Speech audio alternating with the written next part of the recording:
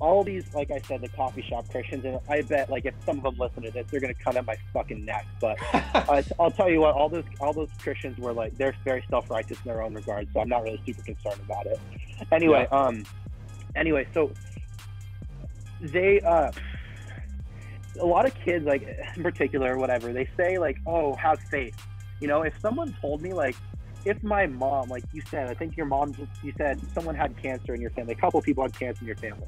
Yeah. If someone came up to me and said, oh, Chris, you just got to have faith, I'd basically tell them to go F themselves. Like, you like, that's such as much as it may be true, as much of a believer as I am, there's no possible situation where hearing it from somebody else, especially somebody who really doesn't know what they believe, why they believe what they believe, it is probably the most impersonal thing that you could say, no matter how true it is.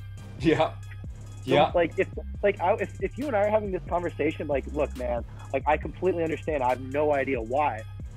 Like, there's a level of faith you gotta have, but like it's so impersonal just to be like, okay, God's got it, or have faith. It's just so impersonal because it just completely.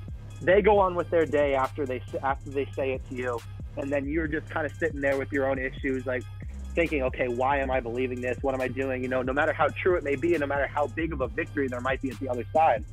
Yeah. But it is what it is. And Chris, to think that, I'm assuming one of the reasons why you're doing podcasts is to help people achieve their goals.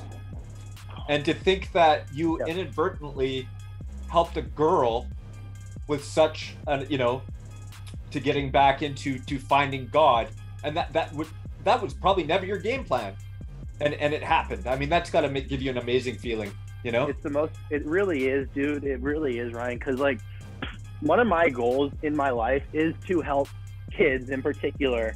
Yeah. In a bunch of different ways. Yeah. I think that whether it be achieving goals or teaching or like creating programs for financial literacy or just being or within the faith too. I mean, there's so many different things that, if you go abroad, there's so many issues of hunger and drought in all the world. And I want to be that person who inevitably goes and assuages that pain. I want to do that for kids. Like, and to think that like, why certain bad things happen. Like, I could never answer that. But Chris, at the same, sorry to cut you off, man. This is where this gets me, because I was just thinking about mental health. I work with people with mental health and drug addictions for work. I can't go too far into things, but there was a 13-year-old girl who was struggling with suicide. And when I heard that, dude, when I first met the girl, I thought, wow, she's such an awesome girl. She reminds me of my daughter. She's friendly, she's polite, she's funny. Just the way she carried herself reminded me of my daughter. And something came out and she was suicidal. And she would come to me and talk to me. And I would ask her how her day was, and she'd be like, oh, I had a terrible day. I've been thinking these thoughts. And I was like, holy fuck, dude, pardon my language, but I was like, right? So I'm like, it's a tough one, dude. Digging in my toolbox, what can I find? What can I give? And it was actually pictures of my cat and my dog is what got a smile on her face. Oh. Right? So my cat looks pissy and cranky in every single picture, and she found that funny. I'm like, look, Bella looks cranky. Look, Bella looks mad. Look at Bella's doing this. And then the same with my dog. And she'd walk up to me and she's like, did you take any more pictures of Bella and Bruce today for me? And I'd be like, yeah, and just show them to her and just be there for her. And the thought, her saying that she would get picked on in school and never was given a chance, like, it was like tugging at me, dude. And it's crazy, dude. To hear a 13-year-old say that I'm suicidal is the last thing on earth I ever want to hear again. And it is terrible. And it starts younger than that, man. No, I know, dude. It's just becoming a real issue, especially like, I think a lot of it has to do with certain aspects of social media. I think there's a time and place, or I think there is a good amount of good things that can come from social media, like, but at the same point, there's just so much toxicity out there. People are trying to be different things and trying to be this when they're so young or when they're 14, or, it's like, I can't help but think that like there's a lot of mental health implications regarding or surrounding social media, and it's like, it's so proven, but at the same point, it's also so integral in our daily lives that it's almost not going anywhere.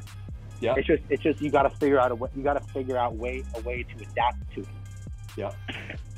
And you think too, like when I went home from school, I mean, I was born in 78, I graduated in 96. When I went home from school, that was it. You never talked to anybody if you didn't want to, unless they phoned you. That was it. So now kids, they don't get a break from any of it because of social media. Yeah. You know, it's just nonstop. And I couldn't even imagine dealing with that shit, man.